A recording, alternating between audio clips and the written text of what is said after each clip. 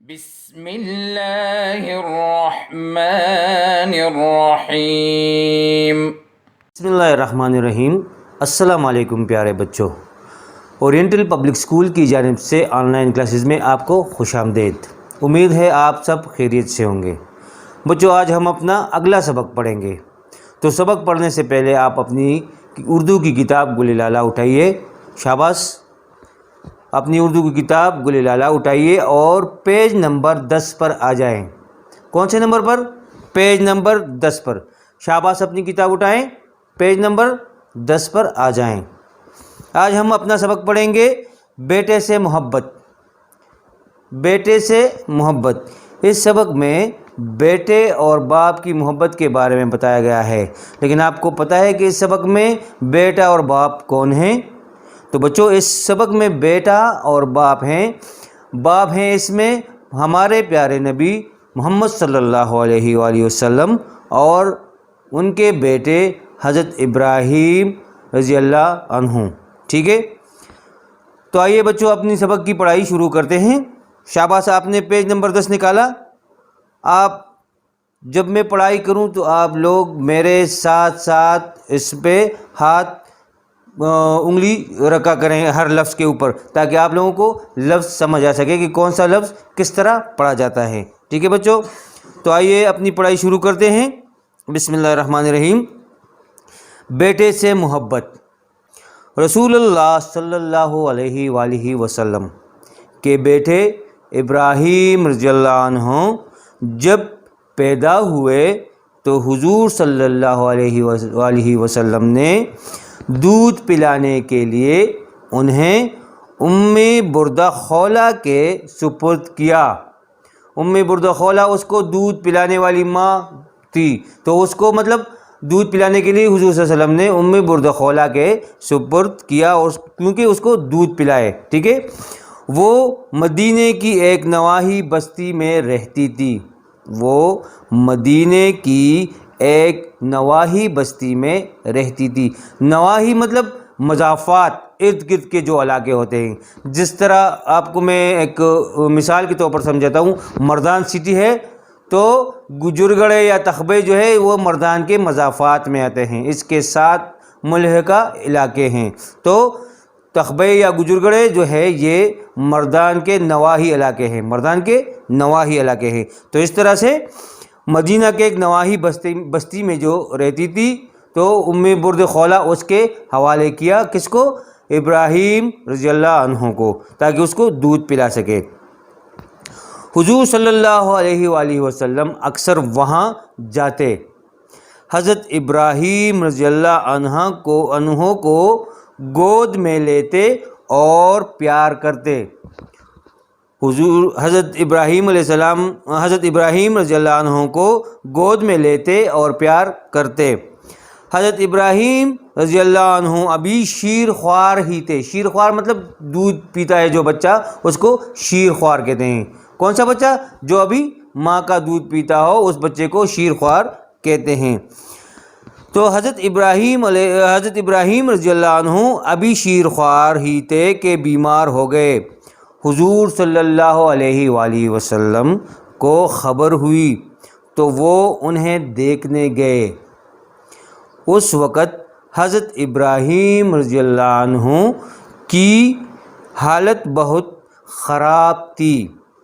حضور صلی اللہ علیہ وآلہ وسلم نے انہیں دیکھا تو آنکھوں سے آنسو جاری ہو گئے۔ بیماری کے باعث حضرت ابراہیم رضی اللہ عنہ کا انتقال ہو گیا مطلب وہ فوت ہو گئے۔ تو رسول اللہ صلی اللہ علیہ وآلہ وسلم نے فرمایا، اے ابراہیم، اب یہاں پہ اپنے بیٹے کو مخاطب کر رہے ہیں کہ اے ابراہیم، ہم تمہاری موت سے غمگین ہیں، مطلب ہم تمہاری موت سے اداس ہیں، ہمیں دکھ ہے، آنکھ روتی ہے، دل اداس ہے، لیکن ہم کوئی ایسی بات نہیں کہتے جس سے ہمارا رب ناراض ہو جائے۔ یہاں پر اس بات میں کیا ہے کہ اللہ تعالیٰ کی فرما برداری کو ظاہر کرتا ہے کہ یہاں پہ حضور صلی اللہ علیہ وسلم اپنے بیٹوں کو کہتے ہیں کہ آپ کے دکھ اور آپ کے غم سے تو ہم اداس ہیں، لیکن ہم کوئی ایسی حرکت نہیں کریں گے جس سے ہمارا رب ہم سے ناراض ہو جائے۔ تو یہاں پہ یہ بھی ایک بات واضح ہوتی ہے کہ جب آپ کا کوئی رشتہ دار، کوئی نزدیکی دوست، بھائی، رشتہ دار فوت ہو جائے تو اپنے آپ کو مارنے پیٹنے کی بجائے اگر آپ صرف آنسو بہائیں، دکھ میں خواہ مخواہ آپ لوگ، اتنا تو ہوگا کہ آنسو تو آپ کے آنکھوں سے آئیں گے، تو آنسو بہانا کوئی اتنا بڑا گناہ نہیں ہے، آنسو آپ بہا سکتے ہیں، لیکن یہ جو لوگ اپنے آپ کو مارتے پیٹتے ہیں تو یہ ایک کبیرہ گناہ ہے، ٹھیک ہے؟ تو اس سے آپ لوگوں نے بچنا ہے۔ یہاں پہ حضور صلی اللہ علیہ وسلم کا اشارہ اسی طرف تھا کہ آپ مجھے اتنے عزیز ہیں کہ میں رو تو رہا ہوں لیکن میں ایسی کوئی حرکت نہیں کر سکتا جس سے ہمارا رب ہم سے ناراض ہو جائے، ٹھیک ہے؟ حضرت ابراہیم رضی اللہ عنہ کو سپرد خاک مطلب مٹی کے حوالے کرنا، دفنانا، ٹھیک ہے؟ جب ان کو سپرد خاک کرنے اور قبر پر پانی چھڑکنے کے بعد رسول اللہ صلی اللہ علیہ وآلہ وسلم قبر کے سرہانے مطلب سر کی طرف، قبر کے سرہانے کھڑے ہوئے اور وہی بات دہرائی۔ کون سی بات؟ جو اس نے پہلے کی تھی کہ ہم ایسی کوئی حرکت نہیں کریں گے جس سے ہمارا رب ہم سے ناراض ہو جائے۔ جو پہلے کہی تھی وہی بات دہرائی جو پہلے کہی تھی۔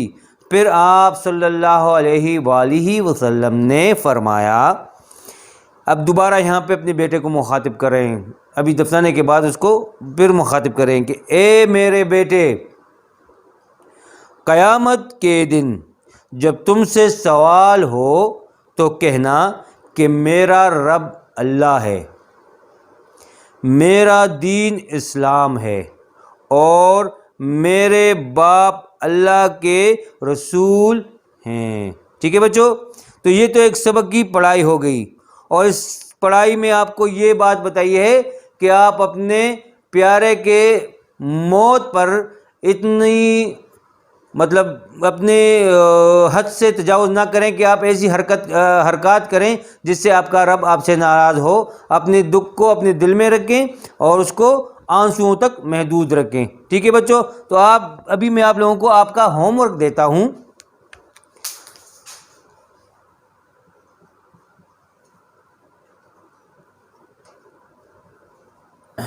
اچھا، آپ لوگوں کا ہوم ورک ہے کہ سبق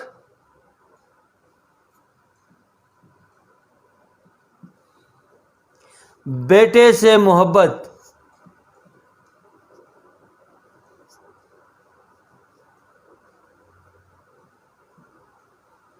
کی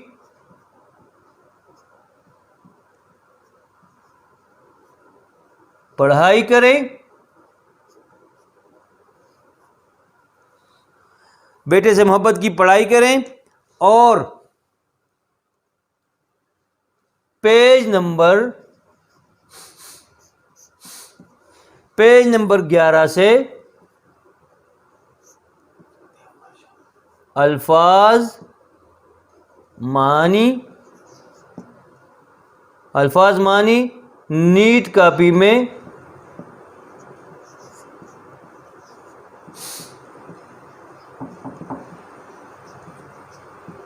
خوشخط لکھیں، ٹھیک ہے؟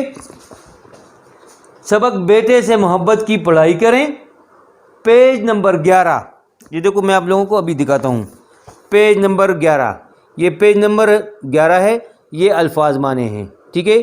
یہ آپ لوگوں نے خوشخط لکھنے ہیں، لیکن کون سی کاپی میں؟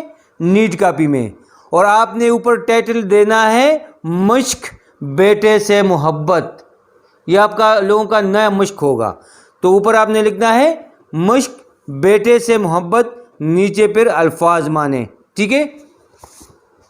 الفاظ معنی لکھنی ہے پھر، اور یہ جو آپ الفاظ معنی لکھ لیں تو اس کو واٹس ایپ کے ذریعے شیئر کریں تاکہ ہم اس کو دیکھ سکیں اور آپ کی املا کی درستگی کر سکیں. اگر کوئی غلطی ہو اس کو تو اس کی تخصیص کر سکیں. ٹھیک ہے، اپنا خیال رکھیے گا. اللہ حافظ. اللهم انفعنا بما علمتنا وعلمنا ما ينفعنا وزدنا علما.